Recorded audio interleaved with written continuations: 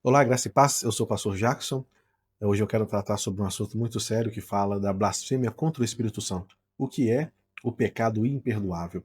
Mas antes de mais esse vídeo, eu quero que você compartilhe esse vídeo com mais pessoas para que o evangelho possa chegar a mais pessoas. Um dos textos mais solenes e ao mesmo tempo mais mal compreendido da Bíblia trata da chamada blasfêmia contra o Espírito Santo. O único pecado que Jesus afirmou não ter perdão. Mas afinal, o que isso significa? Será que um cristão pode cometer esse pecado hoje? E será que questionar profecias, questionar milagres ou manifestações espirituais nos dias de hoje é blasfemar contra o Espírito Santo? Vamos ver o que a Escritura nos diz. O que a Bíblia chama, meus irmãos, de blasfemar contra o Espírito Santo? Jesus fala desse pecado em Marcos 3, 22 a 30 e em Mateus 12, 22 a 32. Por exemplo, em Mateus 12, 31, nós lemos: Por isso vos declaro, todo pecado e blasfêmia serão perdoados aos filhos dos homens, mas a blasfêmia contra o Espírito Santo não será perdoada. A palavra blasfemar vem do grego blasfêmio, que significa falar contra, difamar, insultar. Portanto, blasfemar contra o Espírito Santo é falar mal deliberadamente, atribuindo-lhe aquilo que não pertence a ele. A Bíblia ensina que o Espírito Santo é Deus. Ele é quem aplica a salvação, conforme Paulo diz a Tito, capítulo 3, versículo 5. Ele convence do pecado, da justiça e do juízo, conforme diz o Evangelho de João, capítulo 16, versículo 8. Ele habita dentro do crente, conforme está em Romanos 8, 9, e ele sela e garante a nossa redenção, conforme Paulo escreve na 2 Coríntios 1, 22 e Efésios 1, 13 a 14. Resistir a ele, ao Espírito Santo, de forma consciente, é resistir ao próprio Deus.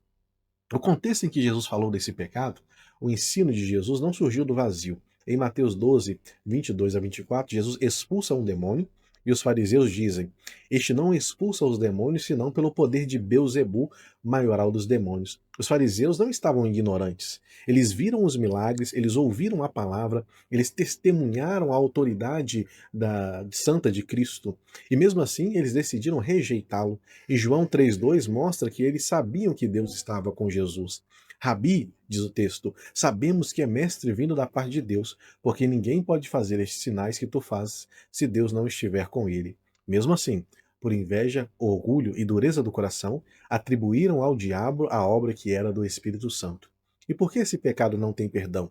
Porque se trata de uma rejeição final, consciente, maldosa, da verdade bíblica.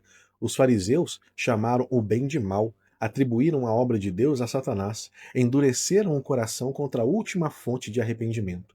Em Hebreus 10, 26 a 27 nos diz: Porque se vivemos deliberadamente em pecado, depois de termos recebido pleno conhecimento da verdade, já não resta sacrifício para os pecados. Quem rejeita, meus irmãos, o Espírito Santo, rejeita o único que pode conduzir ao arrependimento. Por isso é chamado de pecado para a morte, conforme 1 João 5,16. Blasfemar contra o Espírito Santo não é questionar manifestações. A Bíblia manda a gente examinar. Examinar em tudo, retende o que é bom. 1 Tessalonicenses 5,21. Não creiais em todo o Espírito, mas provai os Espíritos para verem se procede de Deus. 1 João 4,1.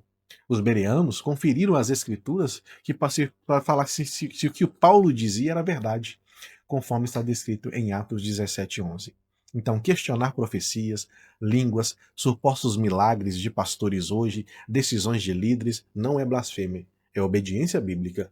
O Espírito Santo jamais se ofende quando usa sua obra, é comparado com a palavra que ele mesmo inspirou, conforme 2 Timóteo 3,16. Então, o abuso desses textos nos dias atuais, infelizmente, há líderes que usam esse texto como uma ameaça espiritual para silenciar questionamentos e proteger erros. Mas a Escritura nos alerta contra os falsos profetas, conforme Mateus 5,17, contra os sinais mentirosos, conforme 2 Tessalonicenses 2,9, contra ensinos que não procedem da sã doutrina, conforme Gálatas 1,8. Usar o Espírito Santo como escudo para heresias, isso sim é algo gravíssimo.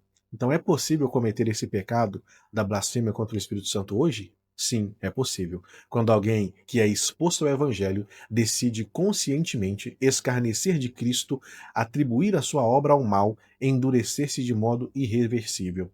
Essa pessoa entra num estado de apostasia final, conforme Hebreus 6, 4 a 6 nos diz. É impossível, pois, que aquele que uma vez foram iluminados e provaram do dom celestial e se tornaram participantes do Espírito Santo, e provaram a boa palavra de Deus e os poderes do mundo vindouro e caíram em si, é impossível outra vez renová-los para arrependimento, visto que de novo estão crucificando para si mesmo o Filho de Deus e o expondo à ignomia. Mas atenção, meus irmãos, quem tem medo de cometer esse pecado, provavelmente não o cometeu. O apóstata, ele não se preocupa se cometeu esse pecado ou não. O apóstata, ele não se arrepende. O apóstata, ele não teme a Deus. Já o coração regenerado se entristece, teme a Deus e busca a verdade, conforme diz o salmista no Salmo 51:17. Então, se você provavelmente tem medo de ter cometido esse pecado, é porque você é um cristão verdadeiro. Você não cometeu isso. Conclusão e a aplicação que eu trago para agora é que a blasfêmia contra o Espírito Santo não é uma palavra maldita, uma dúvida sincera que nós podemos ter, ou um questionamento bíblico. Tudo isso nós podemos ter.